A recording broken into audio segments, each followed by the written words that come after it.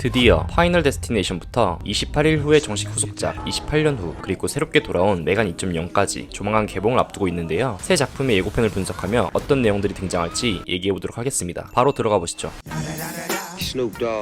타투샵에서 시작하는 예고편, 가연성이 있는 클리너로 의자를 소독하는 에릭, 환기를 위해 팬을 작동시키고 인테리어용 체인을 스치는 팬의 날이 불길함을 불러오죠. 스피커의 진동으로 인해 떨어지는 해골 모양 인형, 그렇게 도미노 유튜버가 된 듯 철저하게 배치가 된 물건들이 하나씩 쓰러지더니 천장에 있던 체인이 빠지며 완벽하게 에릭의 콧뚜레에 걸리게 되죠. 팬의 가동 범위 안으로 들어온 체인, 심지어 불까지 나게 되는데 에릭은 의자에서 떨어져 불 위로 안착하죠. 식사 준비를 하는 듯한 가족들, 시작부터 불안함이 엄습해오고 깨진 유리 조각이 아이스박스에 들어가는데 그렇게 점점 파이널 데스티네이션의 시그니처 루브 골드버그식 죽음의 연쇄 반응이 시작되죠. 캠벨 가문이자 주인공 스테파니의 외할머니 아이리스는 무언가 알고 있는 듯한데 그녀는 1960년대 발생한 스카이타워 붕괴 사고에서 죽음을 미리 보았었습니다. 하지만 죽음에게 방해가 되던 아이리스, 그렇게 죽음은 캠벨 가족을 노리며 어둠이 드리워집니다. 이전 시리즈에서는 비행기 폭발, 고속도로 사고, 롤러코스터 탈선 등 대형 사고에서 살아남은 사람들을 죽음이 차례대로 데려왔다면 할머니 아이리스가 1960년대 스카이타워 붕괴 사고를 미리 보고 사람들을 대피시켜 인명 피해를 줄였고 그렇게 많은 사람들이 죽어야 할 순간에 살아남았는데 이게 감당하지 못할 결과를 불러왔습니다. 그녀의 자손들, 즉 본래라면 존재하지 않았어야 할 사람들까지 죽음이 찾아오게 된 것이었죠. 세대를 넘어 이어지는 죽음의 저주, 주인공이 태어난 이유가 할머니가 죽음을 피했기 때문이라면, 그리고 그 때문에 주인공까지 죽음에 쫓기게 된다면 존재 자체가 죽음의 실수이기 때문에 죽음은 어떻게든 캠벨 가문을 죽이려고 들 겁니다. 2차 예고편에서 파이널 데스티네이션 시리즈의 팬들은 이스터에그를 발견했는데요. 과거 참사들의 신문 스크랩에 등장하는 비행기, 다리, 고속도로 사고 장면들, 1에서 5편까지 주요 사고와 생존자들에 대한 단서인데요. 할머니가 남긴 기록에는 이전 작품들의 사고들이 모두 언급된다고 합니다. 그리고 예고편 마지막에 등장하여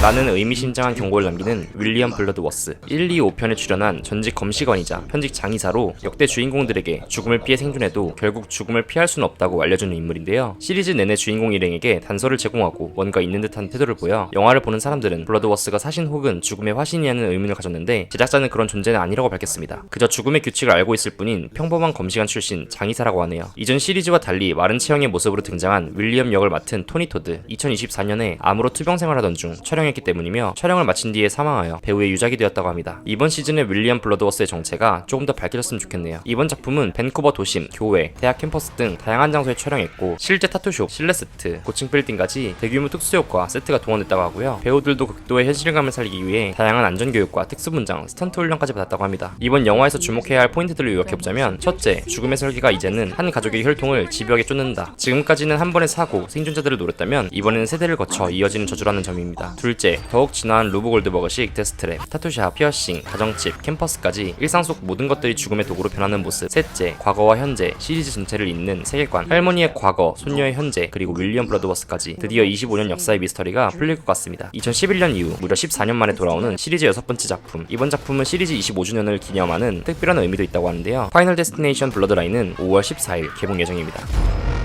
원작 28일 후에서 28년이란 세월이 흐른 후 바다 한가운데 고립된 섬에 생존자 커뮤니티가 등장합니다. 호일리 아일랜드라는 이 섬은 본토와 단 하나의 길로만 연결되어 있고 이곳에서는 안전이 보장되는 설정인데요. 주인공 제이미의 아들 스파이크가 본토로 떠나야 하는 상황이 발생합니다. 그렇게 본토에 도착한 주인공 일행, 도시의 흔적은 사라지고 황폐해진 환경에서 진화한 감염자들이 등장하는데 원작인 28일 후에 등장했을 때보다 훨씬 빠르고 강해진 감염자들, 그리고 탑처럼 쌓인 수백 개의 해골, 그 뒤로 신부와 컬트 집단이 등장하는데 이들은 뼈의 사원이라는 죽음을 숭배하는 컬트로 이번 작품의 핵심 떡밥이자 새로운 위협인데요. 감염자뿐만 아니라 광기에 빠진 인간 집단까지 경계해야 하는 상황으로 보입니다. 예고편 곳곳에서는 감염자와 생존자의 경계가 점점 흐려지는 장면들이 등장하는데요.